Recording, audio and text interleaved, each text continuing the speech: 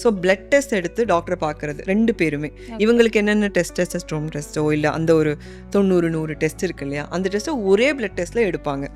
அந்த இடத்துக்கு நீங்கள் போய் எடுத்துக்கலாம். பெண்களுக்குமே அவங்களுக்கான எக்வாலிட்டி, அந்த கம்ப்ளீட் தைராய்டு டெஸ்ட்டு, அந்த பேனல் ஃபுல்லாக எடுத்துக்கிறது ரொம்ப முக்கியம். ஸோ அங்கேயுமே ஒரு சின்ன ஈகோ கிளாஷ் ஆகும். எனக்கு என்ன இருக்க போகுது, நான் எதுக்கு பார்க்கணும், கரெக்ட், நீ பாரு அப்படின்னு இல்லையா? ஆமாம். ஸோ அதனால தான் என்னோட ஃபர்ஸ்ட் கொஸ்டின் நம்ம இதுக்கு ஆர் வி சைன்ட் அப், அதுதான் முதல்ல. ஸோ அந்த கொஸ்டினுக்கு ஆன்சர் வந்துருச்சுனாலே அடுத்தடுத்து எல்லாமே வந்துடும்.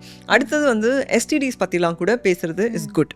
So sexually transmitted diseases like hepatitis பியாக இருக்கட்டும், ஹெச்ஐவியாக இருக்கட்டும், ஹெச்பிவி வேக்சின்ஸ் இவங்க எடுத்துட்டாங்களாங்க, இந்த மாதிரி டிஸ்கஷன்ஸ் எல்லாம் கூட ரொம்ப முக்கியம். இதெல்லாம் ரொம்ப அன்கம்ஃபர்டபுளான கான்வர்சேஷன்ஸ், பட் ஆனால் இதை வச்சுக்கிறது ரொம்ப இம்பார்ட்டன்ட் அப்படின்னு நம்ம நினைக்கிறேன்.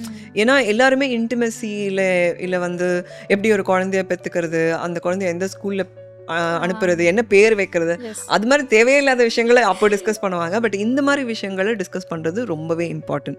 ஸோ இன்கேஸ் இந்த குழந்தை இருக்க போதுன்னா நம்ம யாராவது வேலையை விட போகிறோமா, 2 பேரில் யாராவது வேலையை விட போகிறோமா, இல்லை எப்படி அந்த குழந்தைய பார்த்துக்க போகிறோம் அப்படிங்கிறதே நீங்கள் சொல்கிற அந்த 10 விஷயங்கள்ல 6 to 7 விஷயங்கள் அதுதான்.